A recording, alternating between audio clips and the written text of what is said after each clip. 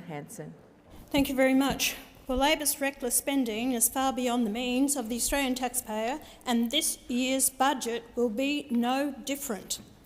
Labor's reckless spending and terrible policies actively work to make Australians poorer.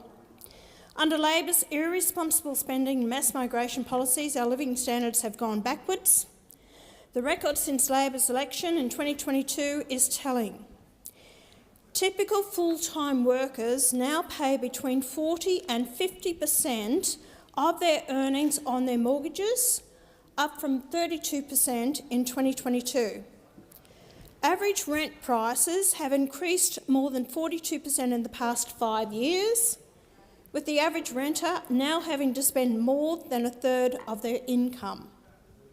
Labor has committed many billions of dollars to improving housing supply without actually increasing it, but refuses to do anything about demand by slashing immigration. Record numbers have arrived in the past year despite Labor's promises to reduce immigration. Since 2022, Australia has experienced an 8% decline in disposable income, the biggest decline in the developed world. Real net disposable income has declined by almost $1,000 per household. More Australians than ever before, around 7% of the workforce, are working multiple jobs just to make ends meet. Australians are paying more tax too. From 2022 to 2024, under the Albanese Labor government, tax revenue per capita increased by more than $2,700. This is due to factors like inflation from government spending, bracket creep, and additional GST from rising prices of goods and services. Gross debt per capita is now more than $36,000, up from just over $33,000 in 2023. Gross debt reached an unwelcome milestone this year, tipping over $1 trillion.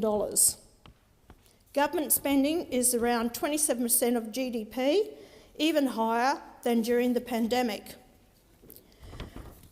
Don't even get me started on the net zero disaster, which has resulted in power prices rising around 40% or more since 2022 and costing taxpayers many billions a year, much of it hidden from public view.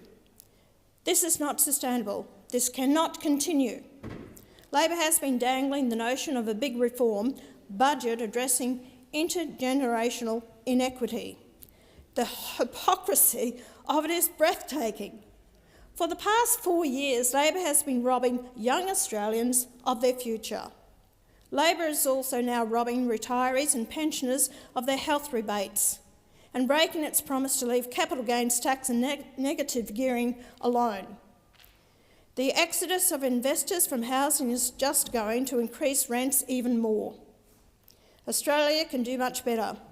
One Nation has already shown the way, and this has been reinforced by the good voters of Farrer, who elected our candidate David Farley on the weekend.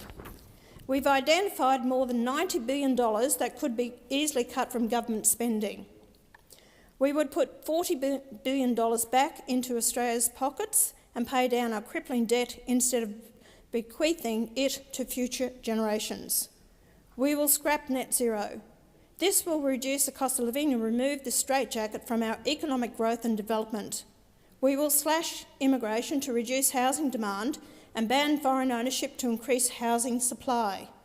Younger Australians can then look forward to a future in which they will own a home.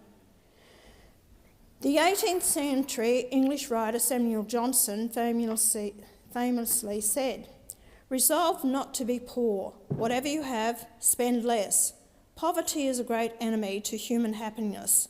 It certainly destroys liberty, and it makes some virtues impracticable and others extremely difficult."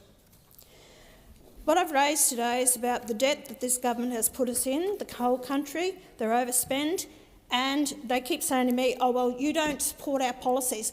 I don't support your policies on housing because they have not worked. You put the money into a fund, and guess what? The houses haven't been built.